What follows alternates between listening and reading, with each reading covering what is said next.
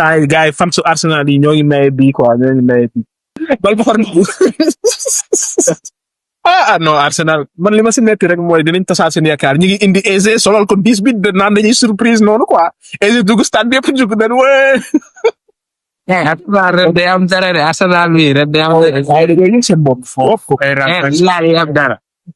c'est ça yëpp xam nañ grand jeu la saa ne waaye ok mais looy mel ni kuy présenté Cristiano Ronaldo nii wala kuy présenté Messi.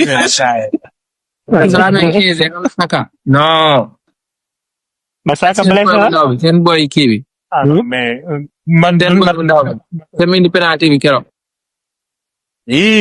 kooku footballeur la de. Arsenal troisième fois muy kii penalty muy provoqué penalty nii. avenir footballeur yi noonu. mais coach bi ko yor du ko utiliser da koy teg ci maam bi teg ay sélection yi. non daaw mu doon aas bu joué loolu tax joué loo ko. ok. daaw loolu bañ la saison bi. amul 17 ans doo joué. Arsenal moom chaque jour dañuy gis ay talent moom loolu moom. loolu ñu nangul doo ko woon ñoom talent yi la waaw. San.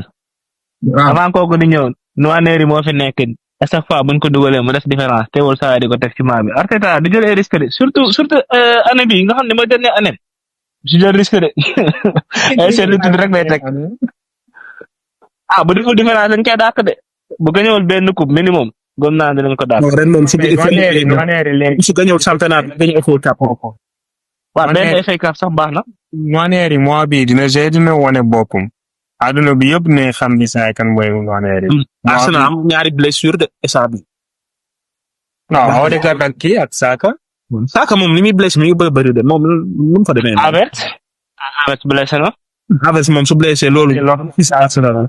Havertz ak Gabriel Jesus. Havertz moom blessé moom.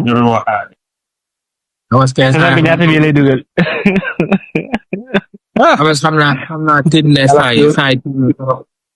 mais man moom je sais pas man Luis Kelly mi muy teg si baa bi man d'accord ma quoi ndax Luis Kelly daaw saison bi def wóop. Calafiori moom gënoon aay si Luis Kelly moom wax dëgg fa yàlla après nag je sais pas.